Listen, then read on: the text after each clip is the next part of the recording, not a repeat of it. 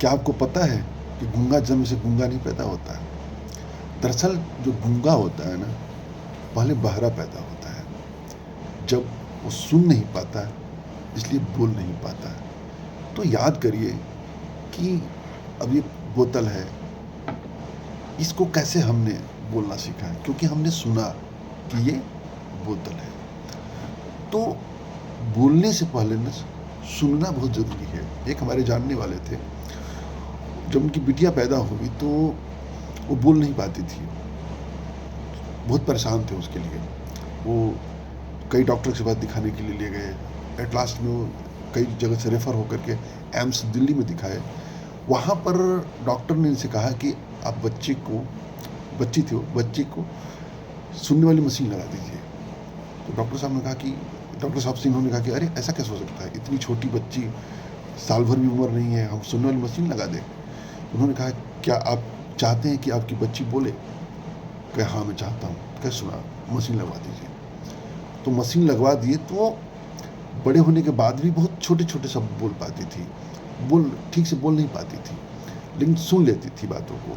और इसके अतिरिक्त हम लोग जो बोलते हैं ना, वो होठों की स्पीड को, उसको देख करके बहुत सारी चीज़ भाप लेती थी कि आदमी क्या बोल रहा है। तो हमें बोलने से पहले सुनना बहुत ज़रूरी होता है।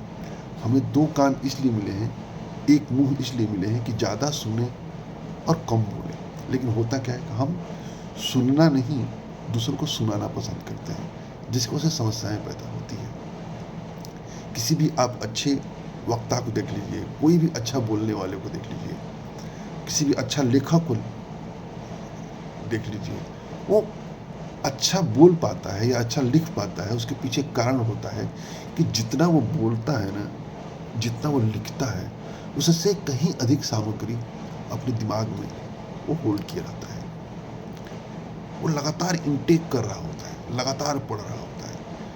अब पढ़ते उसके लगातार दिमाग में जाते बहुत सारी चीज़ें उसमें आती हैं, तो कुछ समझ निकल पाता है।